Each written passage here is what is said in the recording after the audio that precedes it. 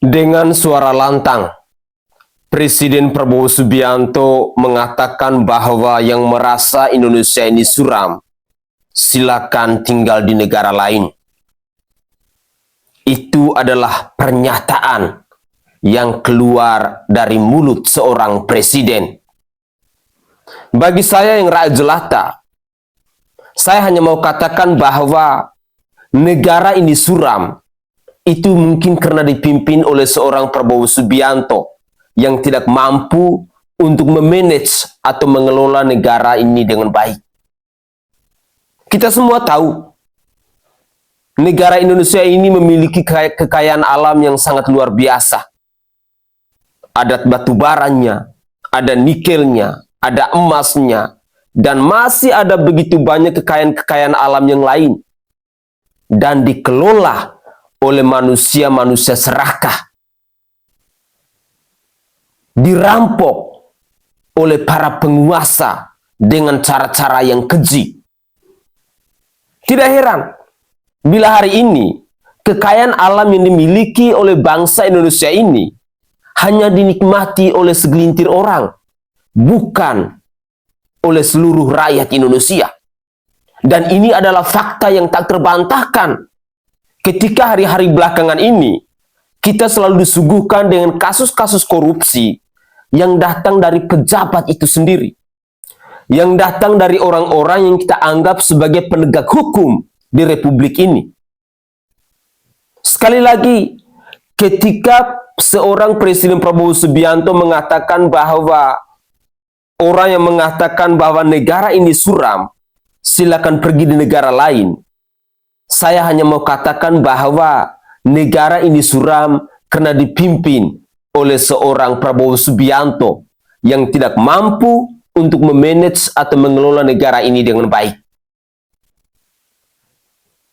Pemirsa sekalian, mari kita coba simak terlebih dahulu komentar-komentar yang datang dari warganet yang menanggapi pernyataan Prabowo Subianto yang mengatakan bahwa orang-orang yang mengatakan bahwa negara ini suram, silakan tinggal di negara lain. Apakah pantas ucapan itu keluar dari mulut seorang presiden?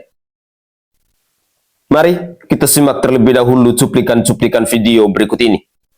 Saat presiden kita bilang, yang merasa Indonesia suram, silakan kalau mau cari negara lain. Indonesia kaya. iya benar Pak, negara ini memang gak akan suram dan rakyat gak akan mungkin pergi walaupun diusir sama pemimpin negara kita. Negara ini gak suram untuk Kopdes yang nantinya bakal ngurus tambang, sawit, dan juga minyak. Negara ini gak akan suram untuk pemberantas korupsi yang justru menjadi pelaku korupsi puluhan kilo emas, ratusan miliar, dan bahkan menjadi penyebab dari penderitaan rakyat akibat akrab dengan mati lampu massal di negara ini. Negara ini gak akan suram untuk makan bergizi gratis yang nantinya di tahun 2027 juga bakal mengambil separuh daripada dana pendidikan di tengah pendidikan dan gaji guru yang masih jauh dari kata layak. Tenang aja Pak, rakyat tetap bahagia kok walaupun harga-harga bahan pokok di pasar naik, walaupun pengangguran tinggi, lapangan kerja apa kabar, para koruptor tetap merajalela, di tengah rakyat yang harus tiap hari membayar pajak untuk menggaji Bapak, pejabat Bapak, di tengah korupsi yang merajalela, rakyat pun tetap bahagia kok Pak, gak akan ada yang bakal pergi dan lari ke luar negeri. Itu kan jawaban yang mau Bapak dengar dari rakyat? Iya, setiap pemimpin pasti punya cara memimpin beda-beda, apalagi dalam konteks pemimpin bangsa. Tapi kalau misalkan kita punya pemimpin yang setiap ada kritik dan setiap ada keluh kesah responnya kayak gini, atau setiap berpidato responnya kayak gini, Presiden boleh ngomong bajingan, boleh nggak? Ini kan tidak termasuk kasar kan, bajingan ya bajingan gitu. Bajingan ya. Bajingan bahasa apa itu bajingan tuh? Emang gue pikirin. apakah itu layak disebut sebagai sosok pemimpin? Kalau misalkan terasa Indonesia itu suram, harusnya dilakukan bukan dengan mengusir rakyat yang rutin membayar pajak untuk menggaji Bapak, menggaji program prioritas Bapak maupun pejabat-pejabat Bapak. Tapi yang harus dilakukan introspeksi atau evaluasi. Tapi emang susah sih kalau misalkan punya pemimpin yang memang anti kritik, gak mau denger dan selalu ngerasa bener, padahal negaranya udah mau hancur. Gak akan hancur kok. Tapi kalau dipikir-pikir, Bapak berjuang 4 periode, kalah terus untuk bisa sampai di posisi posisi sekarang menjadi Presiden Republik Indonesia itu kan biar bisa dengar keluh kesah dari rakyat kan. Masih ingat soal ini? Atau maksud Bapak pengen jadi presiden karena video yang ini? Banyak aset saya, pabrik saya yang mandek karena saya tidak dapat kredit, karena saya tidak berkuasa 20 tahun. Kalau masih ada banyak rakyat Bapak yang ngerasa bahwa kondisi hari ini masih jauh dari kata harapan, yang harusnya dilakukan bukan dengan mengeluarkan kata-kata bajingan, dasmu, atau misalkan nyinyiran kayak gini, tapi harusnya itu bisa menjadi bahan evaluasi.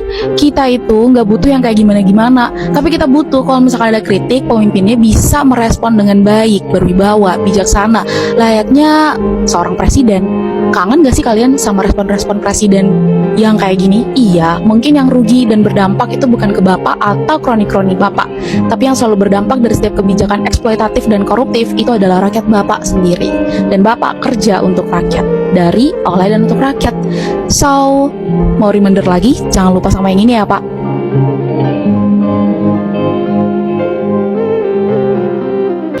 Kalian udah nonton video ini? Saya memperingatkan lagi, sekali lagi, untuk sekian kali lagi saya bicara dari dulu. Hei para koruptor, sadar diri.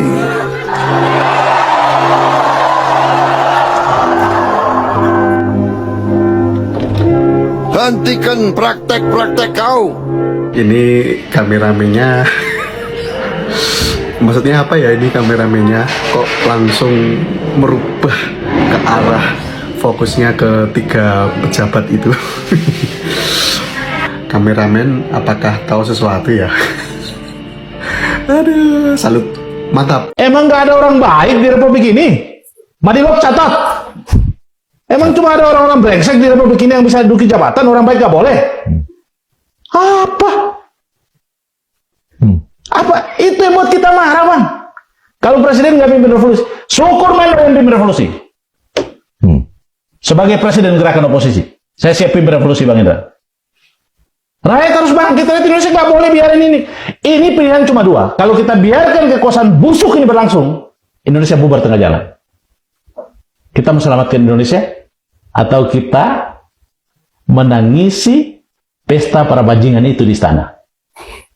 Saya seperti melihat dulu ya pasca tragedi Ambon kan, saya sering ke Ternate untuk mempertemukan mantan-mantan petarung dari sebelah kiri dengan sebelah kanan di Ternate. Apa energi itu muncul dari sana atau dari mana ini?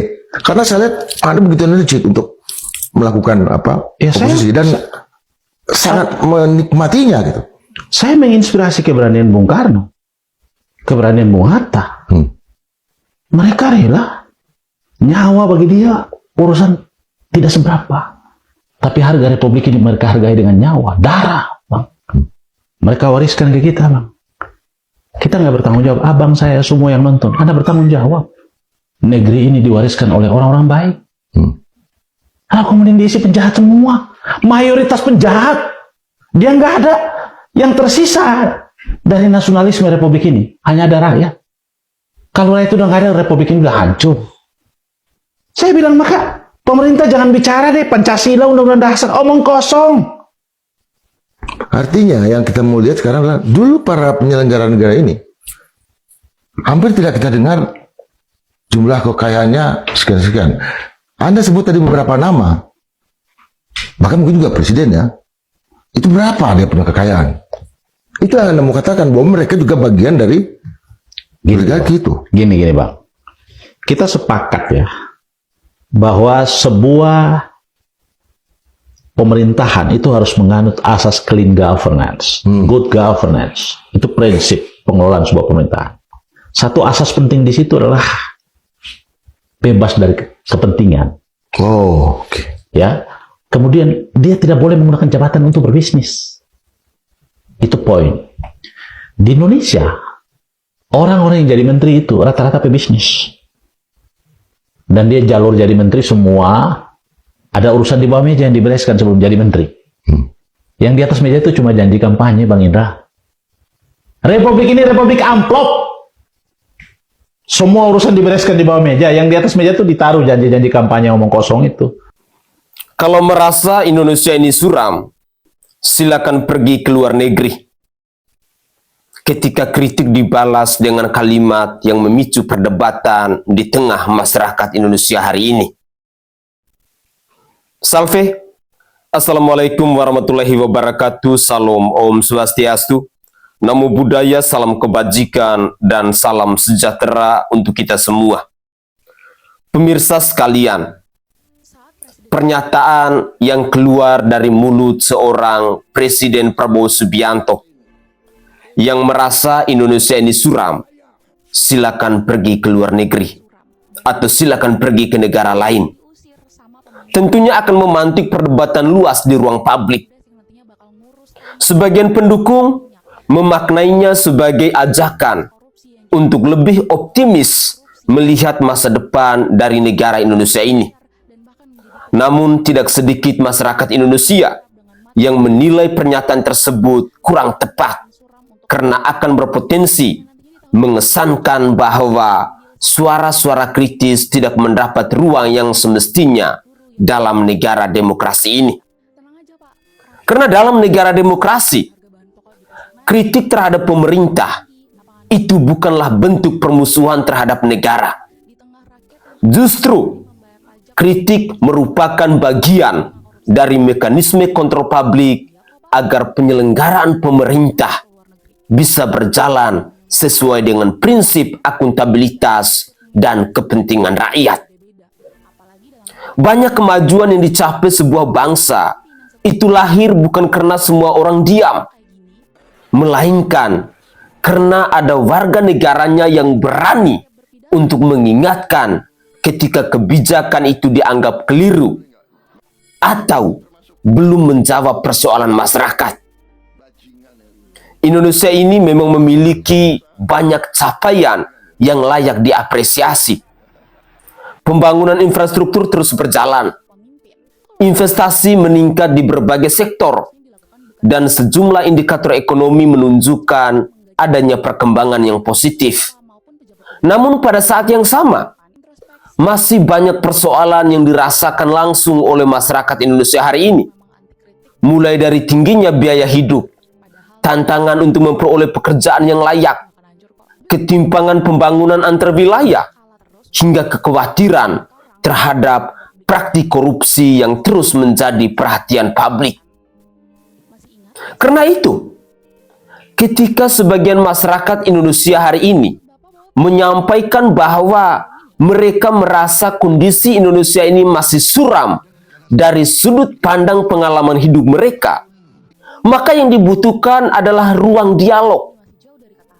Pemerintah seharusnya dapat menjelaskan kebijakan yang telah dilakukan, sementara masyarakat tetap memiliki hak untuk menyampaikan kritik secara damai dan bertanggung jawab. Demokrasi itu tidak menuntut semua orang harus memiliki pandangan yang sama.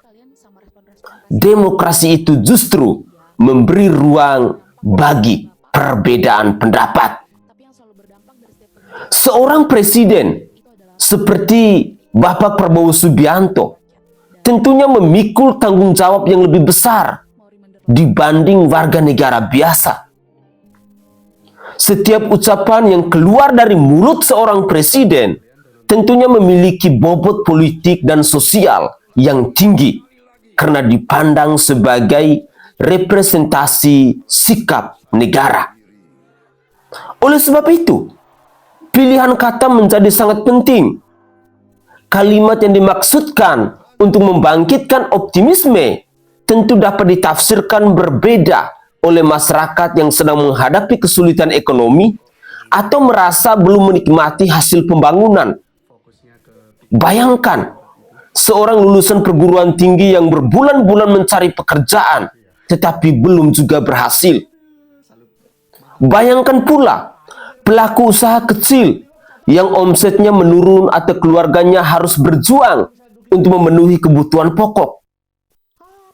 Ketika mereka menyampaikan keluhan, yang mereka harapkan bukanlah kesan bahwa mereka dipersilakan pergi ke luar negeri atau pergi ke negara lain, melainkan keyakinan bahwa pemerintah benar-benar memahami persoalan mereka dan terus berupaya untuk menghadirkan solusi.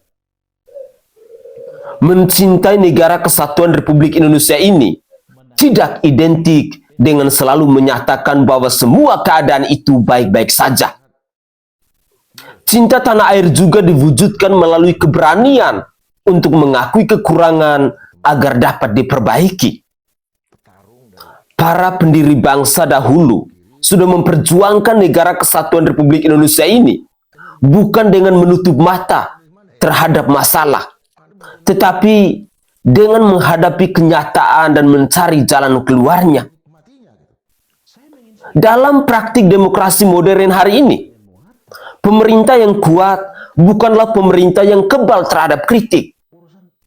Pemerintah yang kuat adalah pemerintah yang mampu untuk mendengarkan suara masyarakat, yang mampu untuk menjawab kritik dengan data dan kebijakan, serta yang mampu untuk memperbaiki kekurangan ketika itu diperlukan.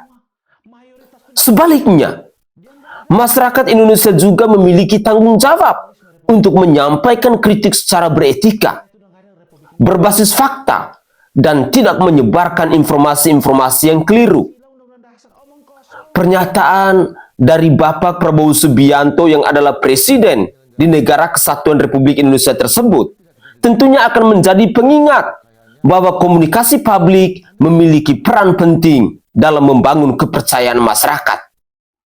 Kata-kata seorang presiden seperti Prabowo Subianto dapat menjadi sumber harapan, tetapi juga dapat memunculkan kesalahpahaman apabila tidak dipahami dalam konteks yang sama oleh seluruh lapisan masyarakat. Karena itu, komunikasi yang mengedepankan rasa empati, penghargaan terhadap perbedaan pendapat, dan keterbukaan terhadap kritik akan memperkuat hubungan antara pemerintah dan rakyatnya. Pada akhirnya, negara kesatuan Republik Indonesia ini adalah rumah kita bersama. Mereka yang memuji pemerintah dan mereka yang mengkritiknya sama-sama memiliki hak konstitusional untuk mencintai negeri ini. Perbedaan pandangan tidak boleh dipandang sebagai ancaman, melainkan sebagai bagian dari dinamika demokrasi yang sehat. Kritik yang disampaikan secara bertanggung jawab bukanlah tanda kebencian kepada Indonesia, tetapi dapat menjadi dorongan untuk menghadirkan pemerintahan yang semakin responsif terhadap kebutuhan rakyatnya. Oleh karena itu, alih-alih kita mempertentangkan optimisme dengan kritik, yang lebih penting adalah membangun ruang dialog yang saling menghormati. Pemerintah dapat menunjukkan hasil kerja dan menerima masukan, sementara masyarakat dapat terus mengawasi jalannya pemerintahan melalui kritik-kritik yang konstruktif. Dengan demikian, rasa cinta kepada negara kesatuan Republik Indonesia ini diwujudkan bukan hanya melalui kata-kata, tetapi juga melalui komitmen bersama untuk terus memperbaiki bangsa ini demi kepentingan seluruh rakyat. Besar harapan saya, semoga seorang presiden seperti Bapak Prabowo Subianto bisa mengevaluasi gaya komunikasinya di depan rakyat. Jangan dengan sesuka hati mengeluarkan kata-kata yang tidak pantas seperti ndasmu, goblok, anjing, emang gue pikirin dan lain sebagainya. Karena Anda adalah seorang presiden, bukan rakyat biasa. Berikut ini, sama-sama mengajak mirsa sekalian, mari kita coba simak kembali komentar-komentar dari warganet yang masih menanggapi pernyataan blunder yang diucapkan oleh Bapak Prabowo Subianto yang adalah presiden di negara kesatuan Republik Indonesia ini. Inilah cuplikan video selengkapnya. Lagi dan lagi pernyataan Prabowo Subianto sungguh membuat sakit hati rakyat Indonesia. Belum bisa mensejahterakan, belum bisa membuat Indonesia menjadi lebih baik, tapi ucapannya sungguh luar biasa menyakiti hati kita semuanya. Ini diucapkan Prabowo Subianto ketika peringatan Hari Koperasi yang dia menyatakan yang merasa Indonesia suram, silahkan untuk meninggalkan Indonesia dan mencari negara lain. Simak videonya.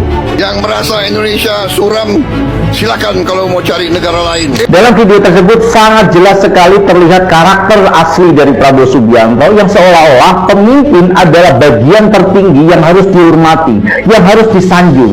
Dia tidak memperhatikan bagaimana seorang pemimpin harusnya adalah pelayan rakyat. Dia menerima amanah dari rakyat yang seharusnya tidak peduli pemilih kamu atau tidak, adalah bagian terintegrasi dari rakyat itu sendiri. Dan kamu, Prabowo Subianto yang terhormat sebagai seorang presiden, tidak pantas dan tidak layak ucapan yang kamu berikan. Ketika kami mengatakan Indonesia suram atau melihat Indonesia tidak baik-baik saja, itu berdasarkan data yang kami lihat. Salah satunya bagaimana kejadian ketika Febri, yang dimana dia adalah seorang jampitsus, penegak hukum, melakukan pelanggaran hukum yang demikian luar biasa, digeledah di rumahnya, ditemukan barang bukti yang membuat kita tercengang. Di saat Indonesia dalam kondisi susah seperti ini, aparat penegak hukum melakukan tindakan korup sedemikian rupa. Alih-alih Anda meminta maaf, alih-alih Anda menyatakan keprihatinan atas peristiwa ini, Anda mingkem 1000 bahasa, malah ucapan Anda menyakiti kami sebagai rakyat Indonesia. Prabowo Subianto yang terhormat, saya adalah pemilih Anda yang bekerja keras 2014-2019 ketika mendukung Anda. Dengan uang pribadi, saya mencetak kaos 2019 ganti presiden. Saya adalah orang yang dikejar-kejar polisi ketika saya mencetak kaos 2019 ganti presiden. Tulus saya lakukan itu demi untuk melihat seorang Prabowo menjadi presiden di 2014 atau 2019. Itu adalah dukungan saya. Menggunakan uang pribadi yang Anda saja belum mampu untuk membalas jasa saja. Yang Anda saja, Prabowo Subianto, belum mampu memberikan apa yang kita perjuangkan, yang bagaimana 9 nyawa pendukung Anda meninggal dunia hanya untuk mendukung Anda. Dan Anda sekarang ucapannya menyakiti seolah-olah Anda sudah membuat sejahtera seluruh rakyat Indonesia. Sangat ironis yang Anda lakukan. Bukankah Anda sendiri yang justru dulu mengatakan 2030 Indonesia akan bubar? Anda sendiri yang mengatakan, kalau dilihat dari parameter Anda mengusir kami dari Indonesia, maka Anda layaknya diusir dari Indonesia. Anda lah yang pertama layak untuk diusir di Indonesia ketika Anda mengatakan Indonesia akan bubar 2030. Jadi, sebagai seorang pemimpin, Anda harusnya bersikap secara bijak. Buatlah pernyataan yang membuat adem seluruh masyarakat Indonesia. Tidak peduli yang memilih Anda atau tidak. Anda kapasitasnya tidak seperti yang saya bayangkan di 2014-2019.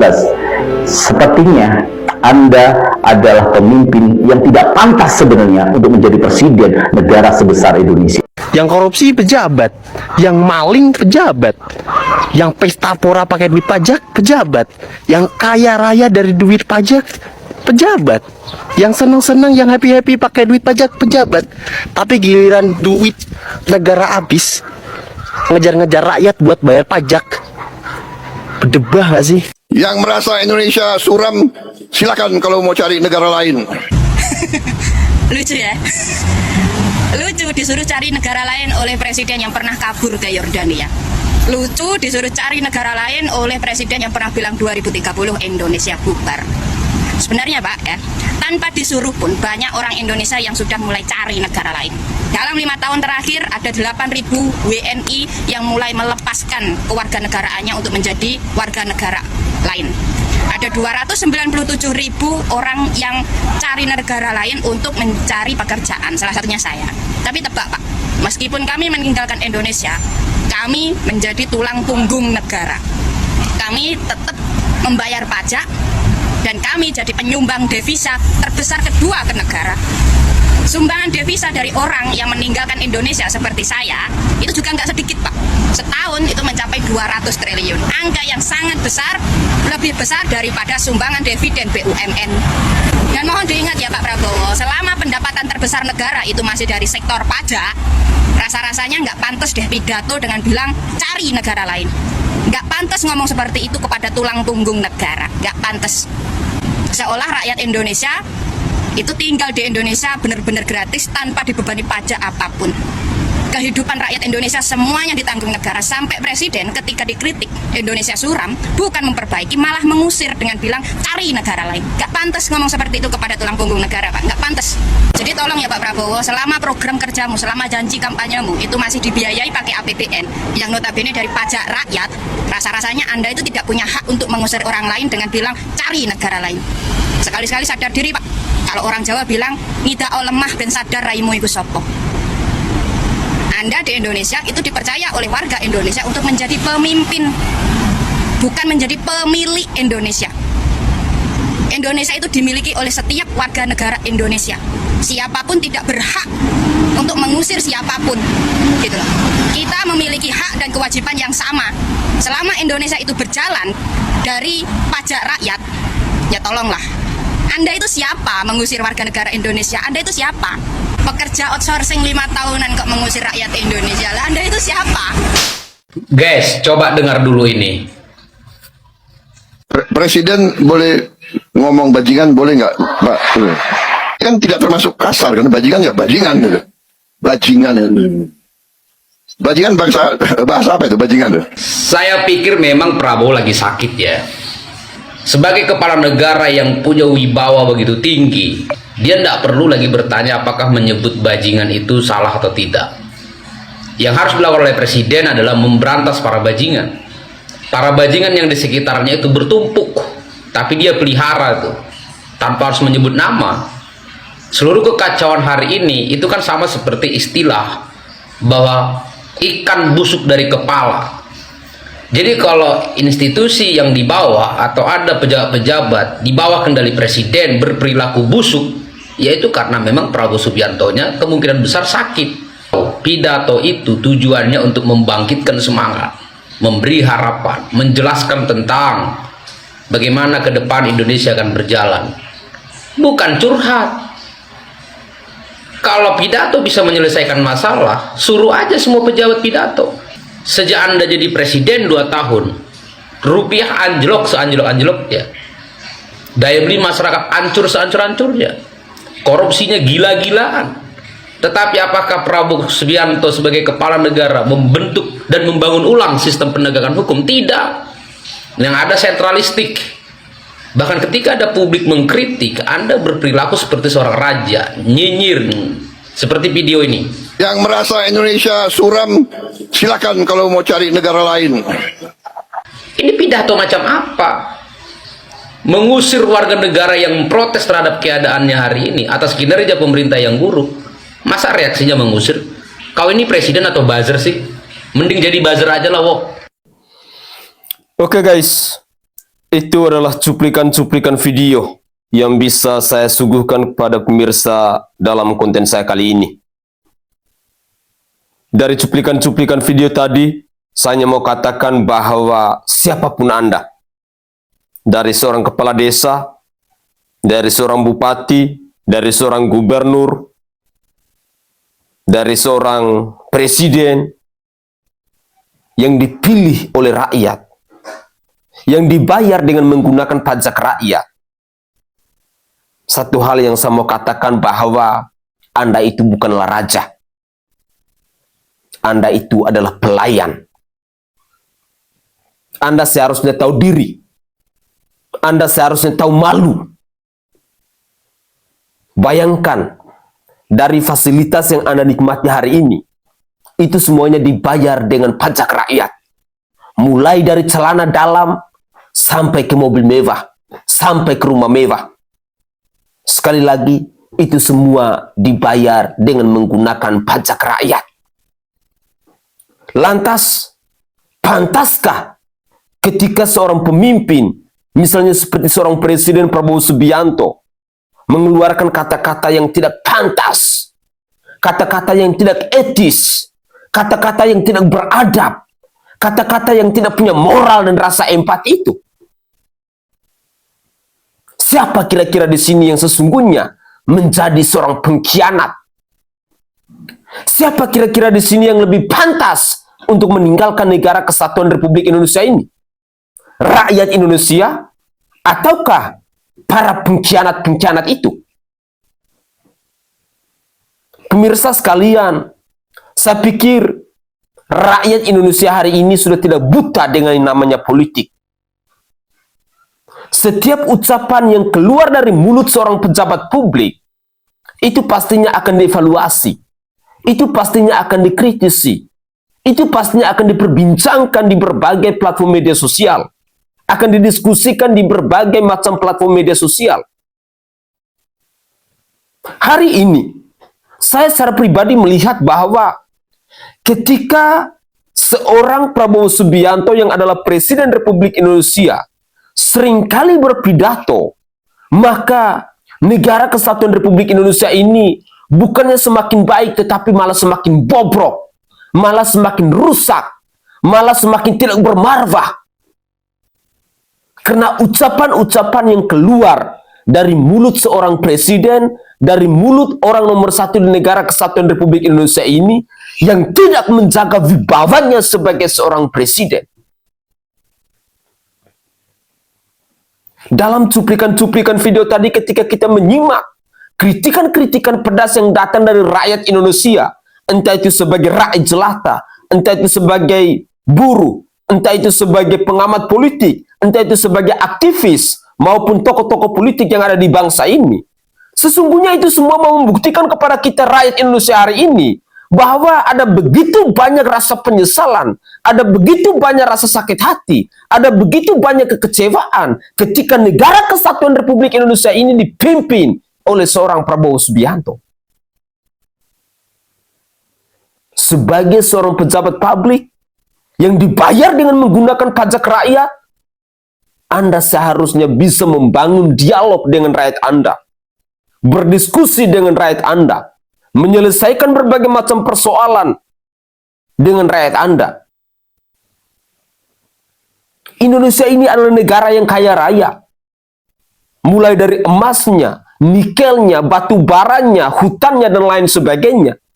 Tetapi apa yang terjadi hari ini? Rakyat Indonesia, contohnya seperti di Papua, di mana mereka memilih sumber daya alam yang begitu luar biasa, mulai dari emas, nikel, batu bara, dan lain sebagainya. Tetapi kehidupan mereka masih miskin sampai hari ini. Kemana kekayaan alam itu? Dirampok oleh manusia-manusia serakah yang sedang berkuasa hari ini. Jadi, siapapun Anda, sebagai seorang pemimpin, hendaklah ketika Anda berbicara, jangan dengan seenak jidat dan semanis udel Anda. Jangan coba-coba Anda mengkhianati atau menyakiti rakyat Anda.